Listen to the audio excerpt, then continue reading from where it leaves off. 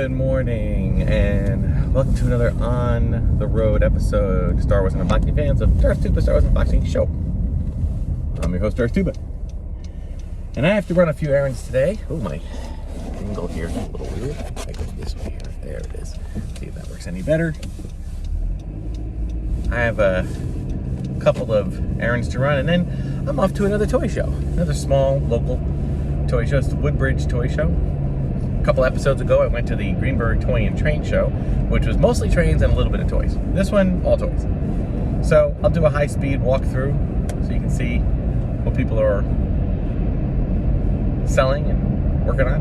I'm not really interested in buying too much. Last episode, I did find a I call it semi-vintage. Anything that came out in the early 90s, now I'm calling it semi-vintage because I'm just laughing. Like, I was doing some math in my head, and I realized that when 94, 95 came out, and we had new Star Wars toys, we had separated the new Power of the Force 2 Star Wars toys with the vintage era, which was 1977 to 85.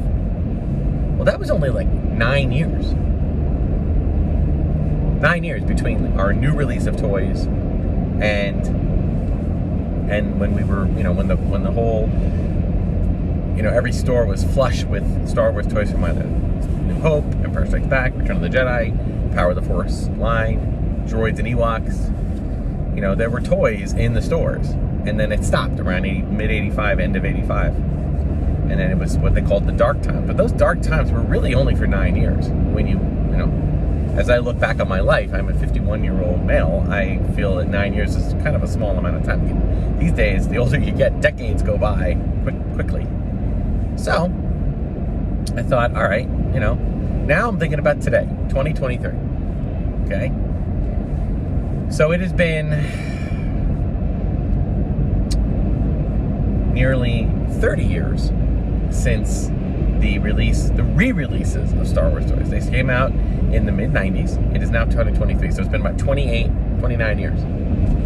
That is shocking to me, that there has been a steady stream, albeit ebbs and flows, some years heavier amount, some years lesser amount, but there has been a steady stream of Star Wars product, new Star Wars product, for 30 years. It could even be said as being more than that, because I'm not counting like the Bendums, if you remember what those are, right? We've gone with some previous episodes. You can look for those. Of course, the Star Wars novel, the Star Wars, the Timothy Zahn novels, which really kind of helped catapult Star Wars back into the mainstream. So it's pretty impressive that it's been going on steadily for 30 years. Now, of course, there's been content since '97, with the special editions, and every couple of years there's been content. We've had the prequels, then we had the Clone Wars cartoon series, now we have the sequel series, and now the streaming services and everything. So the irony is that with all the Star Wars content, we've had less and less toys being released. I've talked about this in the past. I have my own theories on it. Many people have their opinions about that. I don't necessarily think it's a bad thing. I just call everything an evolution. I always use the expression, there are no more blacksmiths. And what I mean by that is that, 150 years ago, there would be blacksmiths. Probably in every town had at least one, because blacksmiths were a necessary part of society. They're the ones who had the tools and the talent to, build and create and maintain horse and buggies and other items that people needed to function. But now, aside from the occasional, living history museum type places, you don't see them anymore. They're not in existence. They do not exist in every town. You can't find them at all. I feel bad for the families of the blacksmiths and who had to watch that happen. But the reality of it is that is evolution, and things evolve now. Toy collecting is a different thing. Children don't play with toys as much as they used to. I was in line the other day for something, and I saw 2 kids in front of me and 2 kids behind me, and they both had iPads or smaller devices, handheld devices similar to iPads, and they were just playing games or watching short form video content. Now we can talk about whether that's a good thing or a bad thing. Does that foster creative play the same way that action figures does? Maybe, maybe not. But it is. It's there. And Hasbro knows this, Mattel knows this, and they are trying to find ways to encourage play because they do want young children to buy toys and their families. But they're trying to find different ways, things that might spark the next big thing. It's a business, and that's what they do. So, and on top of that, there's been this influx of creative collecting, I call it, where people have been doing 3D printing and mass producing on their own, creating things, places like Stan Solo Creations or Pro Custom Figures or the Next 17. You know, these are like people that have kind of formulated a bit of an artistic renaissance of custom figure making. And some argue that that's not a good thing. Some say it devalues the original vintage figures that we have. Personally, I see it as an evolution. We're in a new space right now, and it's kind of hard to tell whether something is. I don't think anything is inherently right or wrong. So anyway, going to toy shows is evolved itself. You know, now you'll see people finding all sorts of interesting things, and you know, all sorts of interest. And I only collect Star Wars if I collect at all. Those who know my channel know that I've been slowly kind of selling off my collection. I still collect a little bit, but much less than I used to. Part of it is because there isn't a lot of stuff available, and part of it is because I have to, make choices. You know, it's financial security for my future and for my future of my family requires me to make choices. I don't mind it. I don't even have a problem with it. It's just, it's a necessity, and I'm okay with that. So, but it doesn't mean I don't like seeing what people have available and what people are offering in terms of prices for certain toys. And, you know, maybe at the end of this video, I will pick up a figure or two. We will see. All right, so we're just going to go check it out and see what it is. As I said, I got to run some errands first, so it'll be a little bit later. But I wanted to kind of share some thoughts on the toy collecting industry at this point in time, and I'm not very upset about it. Many people get so upset at Hasbro, and you're entitled to your opinion, and I understand it, and I don't disagree with some of the complaints, but I also feel that, you know, we're not in the same age we were. I mean, I think about back to in the mid to late 2000s when a character was on, you know, the Clone Wars TV series for a half an episode, not even a full episode, maybe just like the villain in one episode, and we never saw them again, but they got a figure. You know, a ship that we saw fly by really fast. But it was a vehicle, yeah. And in some ways, I'm like, that's fantastic that they were able to do that. But on the other hand, I don't have as much of a connection to those because, you know, not like a TIE fighter or an X-wing. Maybe young kids do that were young then that now are adults that have a nostalgic feel for that. I can understand that, but it's just not for me. So some of that, I mean, I collected all of them, but they're probably going to slowly exit the collection, you know. And I'm going to stick to those things that I find most. That connect the most with me, which is just fine. You know, I don't begrudge anybody doing the same, whatever that is. So, but the toy shows are always a nice place because you can see a whole lot of content, a whole lot of stuff in one view place. You know, instead of just going to one store here or a comic book store there, where they're always going to have the newest stuff. It's nice to see places where they might have new stuff, they might have vintage stuff, they may have stuff that's just come out that they're already buying up and trying to sell, which, you know, on the one hand, I don't really feel, I mean, I've done a lot of pre-ordering myself, so I don't feel the need to purchase any of that stuff, but it'd be nice to see it live and see what it looks like. So, so that's what we're gonna do. And again, it'll just be a quick walkthrough video. I've done some of these before in the past, so it's just nice to see what people have. I have kind of had an interest in grabbing up some vintage figures, loose vintage figures, if they're reasonably priced.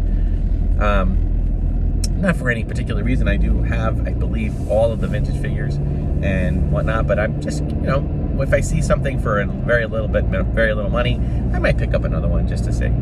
Although toy shows tend to run those prices a little higher, so that might not happen, but we'll see what happens. Okay, so next scene, walking around the toy show.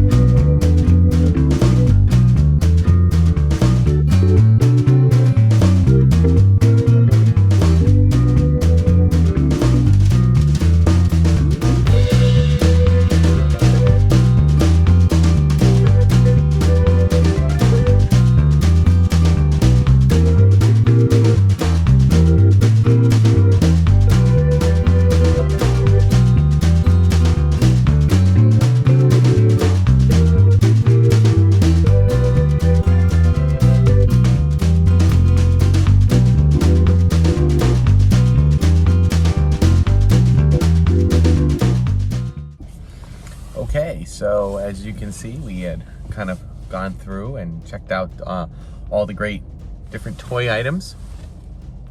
Man, there are a ton of Funko Pop dealers. Holy cow, I cannot get over that. I have quite a few Funko Pops Star Wars related, I think maybe 30 or so, but there are literally hundreds of different characters. It's crazy.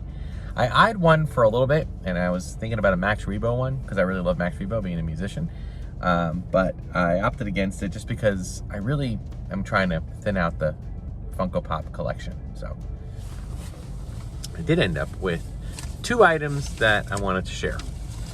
Now, hopefully I didn't already get these on a previous one. First, there is the Droids Black Series Boba Fett, which I'm just absolutely in love with. I don't do much with Black Series anymore. I've been like kind of limiting what I collect, but I felt that because I did order this, or pre-order it, I should say, and it got canceled on me.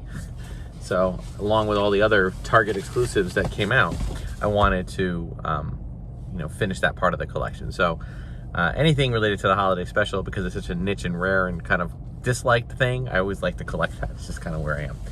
The only other thing I picked up was actually not Star Wars related. It's actually one of these soda pop figures. And that's of course Mickey with conductor Mickey from the Mickey's PhilharMagic ride in Walt Disney World. And I'm a big the only other thing I could sort of say I'm a collector of is Mickey Mouse as a conductor or band director or orchestra conductor. I do collect a few items with that. So beyond that, it was both things were reasonable, and we're happy to have been able to support some local vendors and not break the bank. I was pretty disappointed, honestly, in the lack of old vintage. I mean, there were some loose figures and loose play sets and loose ships, but I've been told that if you really want to get in on that kind of action, you need to show up like half an hour before it opens and walk in, and if you have an early bird chance to get in there early, you can, and that's when people sell all that stuff off immediately if it's in good condition. So that is true. And right now you can see there was, even the amount of Star Wars stuff was limited. There was a lot of He-Man, a lot of Pokemon. There was quite a few Ninja Turtles, but Star Wars, aside from Funko Pop, which, oh my God, I just can't get over how much Funko Pop there are. I don't know how anybody stays in business, because it literally was a Funko Pop dealer next to another Funko Pop dealer next to another. I mean, they were nice. I enjoyed looking at them. I hope you enjoyed seeing them on the film, but on the video. But yeah, nothing much there. So anyway, that'll do it for this on the road episode. Check me out on Instagram and Twitter. Like, subscribe, do all that other stuff, and let people know about the channel. And check out all the other content on Red 5 Network. Thank you so much for watching. Until next time, may the Force and the toys be with you.